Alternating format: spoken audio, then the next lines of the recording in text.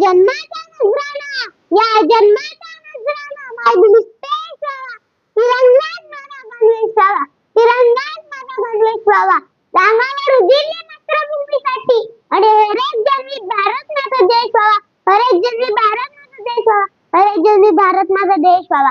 नमस्कार, माझे नाव कक्षा निकेत नोकर. सर्वांना प्रजासत्ताक दिनाच्या मनपूर्वक शुभेच्छा. भारत, भार म्हणजे तेज आणि रथ म्हणजे रममान. तेजात रममान झाले म्हणजे भारत.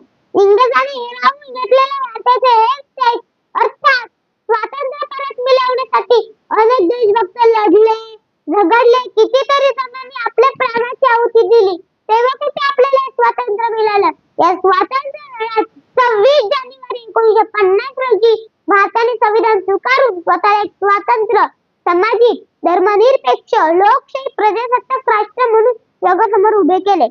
आजचा दिवस म्हणजे स्वातंत्र्याच्या संघर्षात प्राणाची आहुती दिलेल्या हजारो वीरांना मनपूर्वक वंदन करण्याचा दिवस.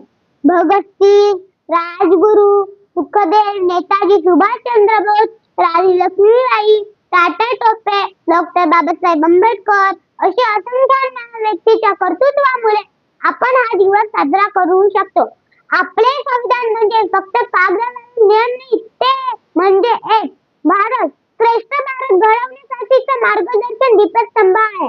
डॉक्टर बाबासाहेब आंबेडकरांनी रात्रंदिवस कष्ट करून तयार केलेले संविधान आपल्याला समानता, स्वातंत्र्य, न्याय आणि बंधुतेची हमी देते.